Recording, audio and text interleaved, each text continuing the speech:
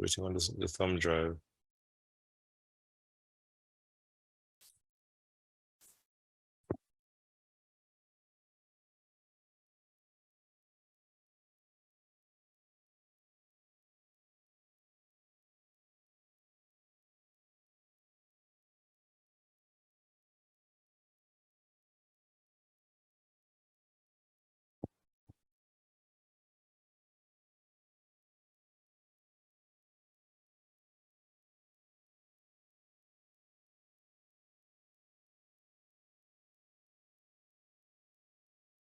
All right, sharing screen now.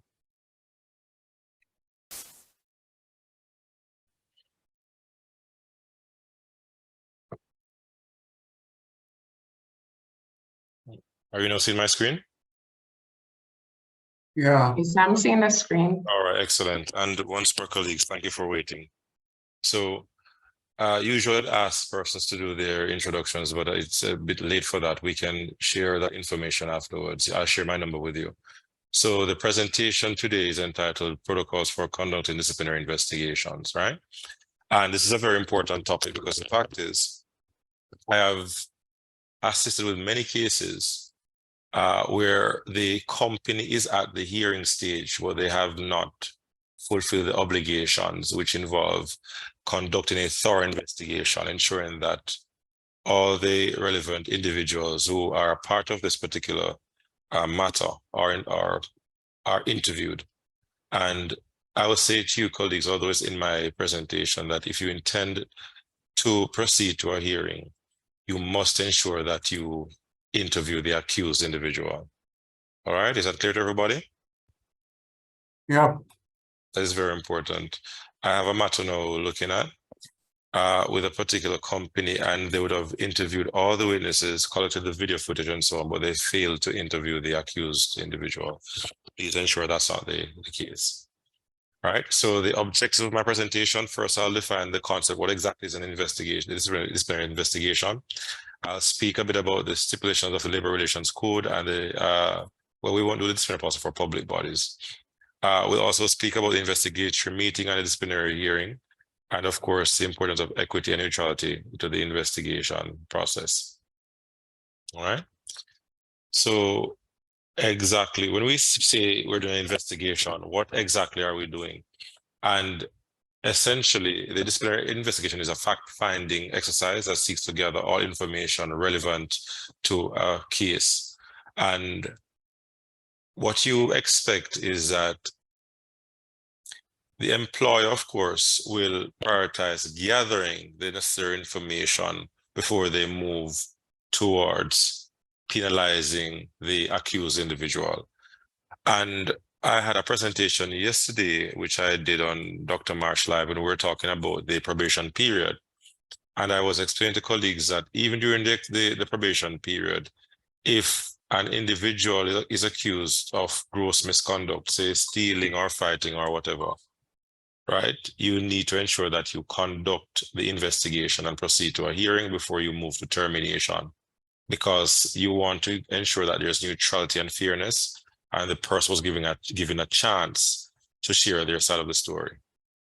So the main point I was making is that no longer does the Ministry of Labor uphold the perspective or perception that once you're in the investigation, the probation period, you can simply send the person home, right? That is not the approach now. We speak about due process, which means that the company must do their due diligence, conduct the investigation, get all the evidence before you move towards termination.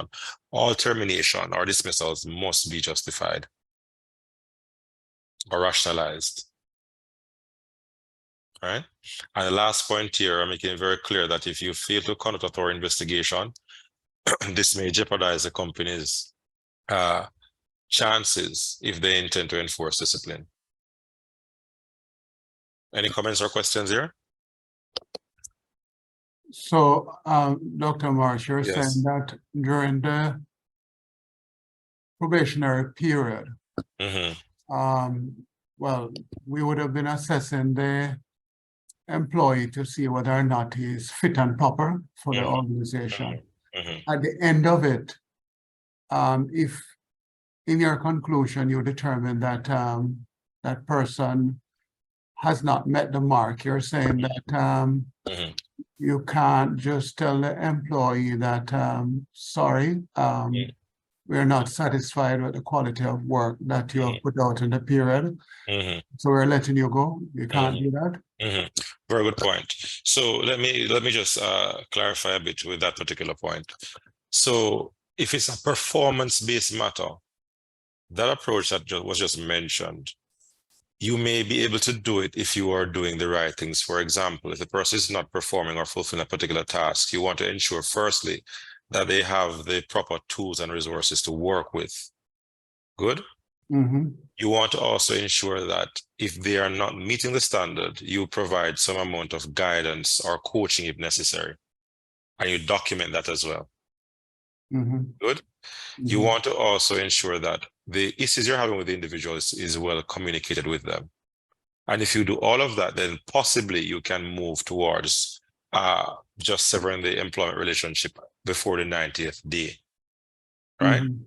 But what I've found, what we have found is that, and I'll give you a case where an individual would be in charge of making a certain kind of tank, right? It would be the person who would assist with the process. And the company were having serious, or management were having serious concerns with what he was doing. And they moved to termination or dismissal. And he came forward to say that, look, he was not provided with the sufficient tool. The equipment was not working well. He had to improvise and all that. So you realize that the individual, the employer, the former employer wasn't given a fair chance to essentially perform their task efficiently, right? So those are concerns that I have and what other colleagues may have. You may also find that, as I mentioned to you, with this is a different scenario now, with say an accusation or allegation of fraud occurs. If with that particular allegation, of course, the company must have been doing their investigation and would have the evidence to support their claim. So just to send the person home based on the allegation is not sufficient.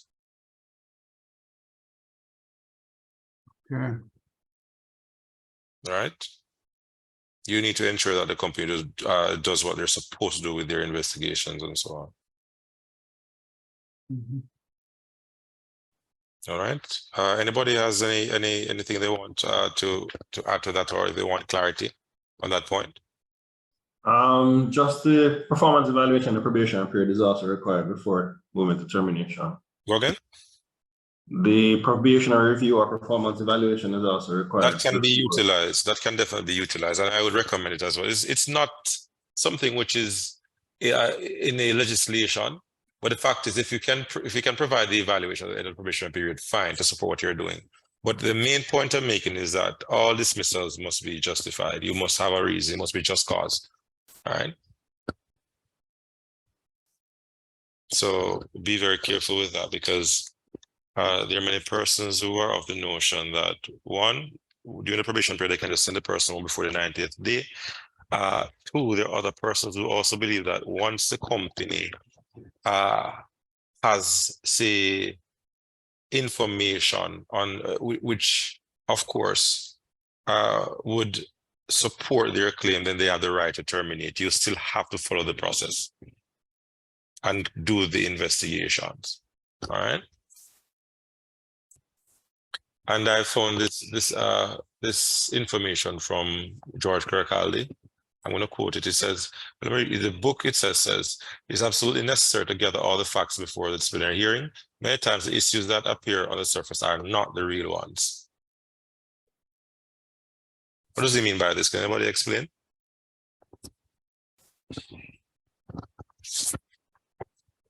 It may just be perception. Somebody might see the individual and perceive that he's doing something wrong, and without doing any in-depth investigation, you draw a conclusion, and this sort of thing would be wrong. I agree with you. And going a bit further, you will find that sometimes when you do a thorough investigation, you realize that there are flaws in your processes and also flaws in how management goes about their day-to-day functions or operations, right? I can give you several examples. I'll just give you one. I was a part of a disciplinary hearing where an individual at a very prominent power plant was accused of stealing petrol from the company to fill his own vehicle, right? And the HR director was adamant that Dr. Marsh's person has to be terminated, right, for the act. So I got a colleague of mine to do the investigation. And when we were doing the interviews, 2 persons would have said in their report that, yes, the person did take the gas, but they were told by his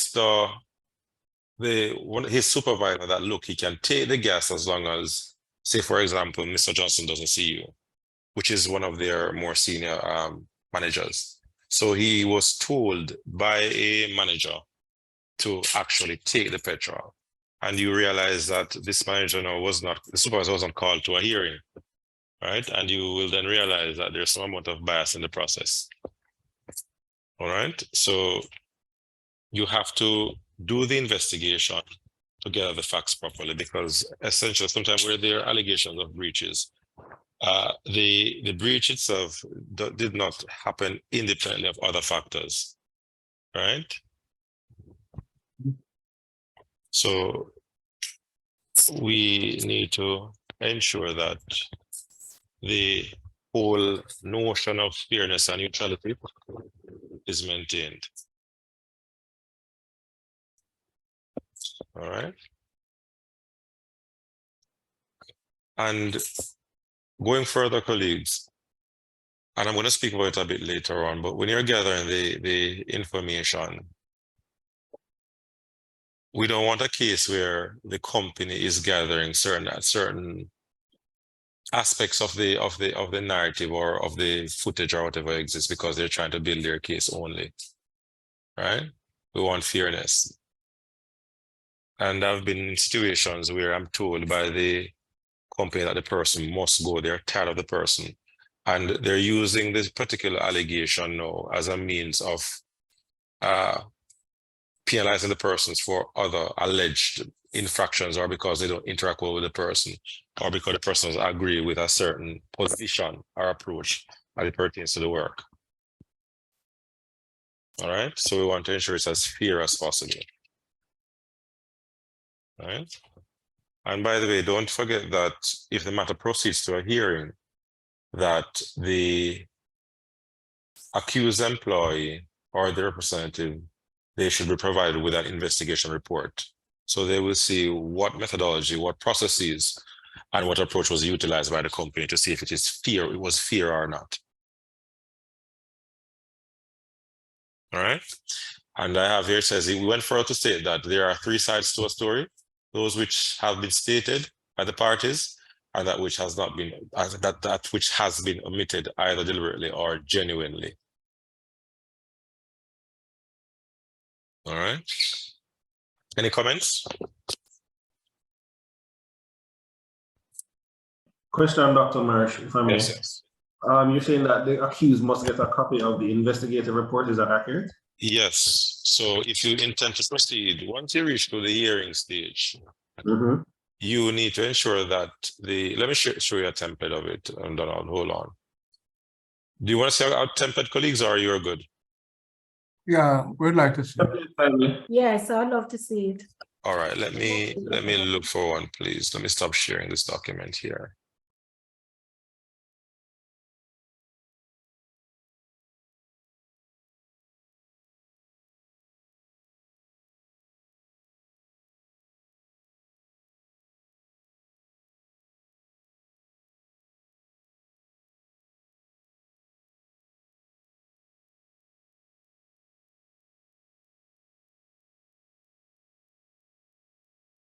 All right, Dr. Marsh, we're looking for the document. What about statements? Does the accused get a copy of the statements provided by witnesses? Donald, all documentation must be given to the accused. Anything that's going to be relied upon by the company, you have to share it with the accused. Everything. Okay. All right. And although we're not doing a presentation on the hearing process today, if you intend colleagues to call any witness, if you supply a statement from a witness, that particular witness must come forward. Don't forget that. We can't just have the narrative on paper and then it's gonna be deemed to be something factual. The person must be there so the accused employee can face their accuser. And the witness statements must be, of course, scrutinized and the person will be asked questions. All right. Let me look for this document.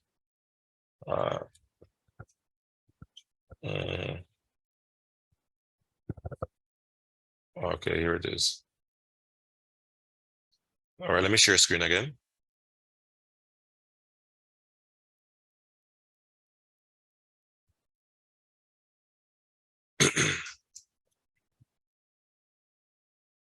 Are you seeing my screen now?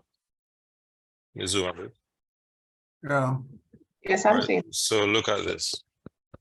So this document is what is supplied to the accused and the representative if they have one. And you realize it starts with the investigation being authorized by a particular individual. Now, who should authorize this investigation?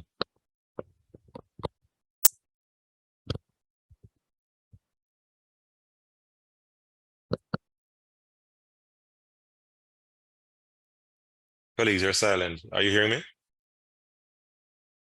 Yes, sir. Hearing you loud and clear. Right. So who can authorize it?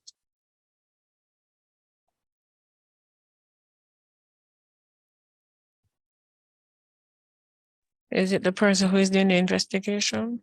No, give me that person. Oh. What about the department manager?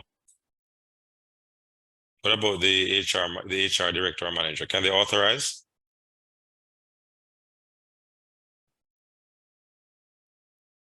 The short answer to the question is yes, but it depends.